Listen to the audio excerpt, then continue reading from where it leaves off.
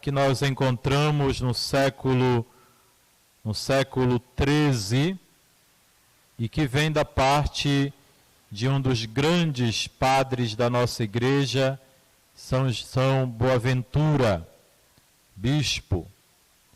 Dizia então na sua reflexão, São Boaventura: em vós está a fonte da vida. Em Jesus está a fonte da nossa vida. Em Jesus está a fonte da sabedoria e da ciência, conforme nós rezamos na ladainha do Sagrado Coração de Jesus. Então, assim, dizia o grande São Boaventura: considera, ó homem redimido, considera que por tua causa está pregado na cruz qual a sua dignidade e grandeza. É preciso que nós, homens e mulheres redimidos, reconheçamos a grandeza daquele que está pregado no madeiro da cruz, porque ele nos devolve a dignidade. A palavra de Deus diz: hão de olhar para aquele que traspassaram, porque aquele que traspassaram, nele está a fonte inesgotável da vida. Continua São Boaventura: a sua morte dá a vida aos mortos, por sua morte choram o céu e a terra, fendem-se até as pedras mais duras, para que do lado de Cristo, morto na cruz, se formasse a igreja e se cumprisse as Escrituras. É isso mesmo, nós aprendemos e a igreja nos ensina que a igreja ela nasce do lado aberto de Cristo, de onde jorra sangue e água. Por isso, a igreja ela é no mundo um motivo, ou um instrumento, melhor dizendo, de salvação do homem. Nos reafirmou isso de maneira bem concreta o Concílio Vaticano II. A igreja nasce do lado aberto de Cristo, por isso essa igreja que nasce do lado aberto de Cristo, ela é a esposa de Cristo. Cristo, no alto da cruz, derramando sangue e água, quis desposar a sua igreja, para que ela no mundo continuasse, portanto, a sua obra. E essa igreja que nasce do lado aberto de Cristo, ela é chamada a olhar para a cruz, conforme nos diz São João, no capítulo 19. Hão de olhar, olharão para aquele que trespassaram. E quando olharem para aquele que trespassaram, receberão torrentes de graças, receberão torrentes de água viva. Porque, meus irmãos e irmãs, a divina providência, assim continua São Boaventura, a divina providência permitiu que um dos soldados abrisse com a lança o sagrado lado de onde jorraram sangue e água. Sangue e água. O que é sangue e água? Sangue e água, Simar, são elementos preciosíssimos. O que é que acontece conosco quando nós perdemos muito sangue? Quando dá uma hemorragia, que nós perdemos sangue, nós temos que repor o sangue. Aí recorremos ao banco de sangue, ao hemopa. Por quê? Porque o sangue é coisa preciosíssima. Custa a vida. O sangue custa a vida. Depois um outro líquido precioso que jorra do lado aberto de Cristo, trespassado pela lança do soldado romano, é a água. A água também é um elemento de importância crucial para a nossa vida. Fique sem beber água um momento, que você vai ficar meio aquele, né? Fraco.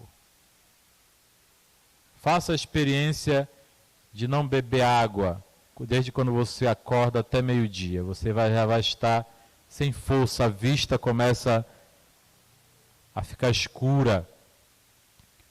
Nós vamos perdendo, portanto, energia. Então vejam, este é o preço da nossa salvação, sangue e água. É coisa caríssima. Não há dinheiro, não há nota monetária alguma no mundo que compre o preço da nossa salvação, que pague pelo preço da nossa salvação, porque é sangue e água. Sangue e água, continua São Boaventura, saído daquela fonte divina, isto é, saído do íntimo do seu coração, saído do íntimo do coração de Jesus, que posteriormente ia dar à igreja os sacramentos. A igreja que nasce do lado aberto de Cristo na cruz, dela nasce os sacramentos. Os sacramentos que é para a igreja este poder de conferir uma graça. Poder de conferir a graça de Deus. E essa graça, ela traz vida, vida nova. E ainda, esta graça, essa fonte de vida, torna-se para a igreja comida e bebida. É o que nós celebramos na Eucaristia. E comemos e bebemos, comemos o corpo de Cristo, bebemos do seu sangue, que se tornam assim alimentos salutares para a nossa vida. Esta bebida e esta comida que nós comemos na Eucaristia e bebemos, ela é uma fonte que jorra para a vida eterna. Porque a Eucaristia já é experimentar aqui a realidade do céu. Já é experimentar aqui os manjares que nós comeremos no céu. E continua São Boaventura dizendo: levanta-te, pois tu que amas a Cristo, sê como a pomba que faz o seu ninho na borda do rochedo, e aí, como o pássaro que encontrou sua morada, não cesses de estar vigilante. Aí esconde como a andorinha os filhos nascidos do casto amor. Aí aproxima teus lábios para beber a água das fontes da salvação. Portanto, a festa do Sagrado Coração de Jesus é para que nós possamos experimentar esta graça e beber das fontes da salvação, beber a água das fontes da salvação. Certa vez, uma senhorinha muito simples, membro do apostolado da oração, eu a fui visitar. Ela sempre ela queria me ver padre, né? Mas nunca conseguiu me ver padre, porque ela ficou cega. Antes da minha ordenação, um ano antes de ser ordenado padre, ela ficou cega. E esta senhora, a irmã Geralda conheceu, lá de Malcajuba, Dona Maria do Coração, Dona Maria do Coração Tavares, que era uma fervorosa devota do Sagrado Coração. E eu lembro que todo dia, quando ela passava para a feira, ela entrava na igreja matriz. Primeiro ela fazia a oração dela na frente do cruzeiro, depois ela entrava, ela trazia sempre uma rosa. E eu sempre dizia: mas Dona Maria do Coração, essa sua roseira nunca falha. E ela dizia: sempre tem uma rosa para o meu amado, ela dizia. E levava aquela rosa e colocava lá, num vaso, lá no Santíssimo, rezava um pouco. E aí, quando eu fui ordenado padre, ela já estava cega, ela nem pôde ir, muito debilitada na minha ordenação, mas depois, à tarde, eu fui visitá-la, antes da minha primeira missa. fui à casa da Dona Maria do Coração. E chegando lá, justamente, conversando com ela, ela chorava porque ela queria me ver padre. Eu dizia: a senhora não está me vendo com os seus olhos, mas a senhora pode tocar no padre. Então ela tocava em mim, né, e beijava as minhas mãos e queria se ajoelhar, né, diante de mim. E conversando com ela, então ela chorando, e ela dizia: minhas lágrimas recaem nas mãos do Santíssimo Sacramento, porque o meu desejo é estar embaixo da cruz para beber do sangue da água que desce do seu lado aberto. Que ensinamento, meus irmãos. Uma senhora muito simples, nem tinha muita instrução, mas pôde, na sua sabedoria cristã, de uma mulher toda envolvida no Sagrado Coração de Jesus, ela soube falar isso que São Boaventura está falando aqui. Talvez ela nunca ouviu, porque essa leitura é reservada aos padres e às irmãs, aos seminaristas, a leitura, o ofício da leitura. Ela nunca tinha ouvido o que São Boaventura falou, mas ela soube justamente falar o desejo dela, além das lágrimas que recaíam nas mãos do Santíssimo Sacramento, ainda o desejo dela era estar debaixo da cruz para poder beber do sangue da água que jorrava do lado aberto de Cristo. É para isso que a igreja então celebra hoje a festa do Sagrado Coração de Jesus.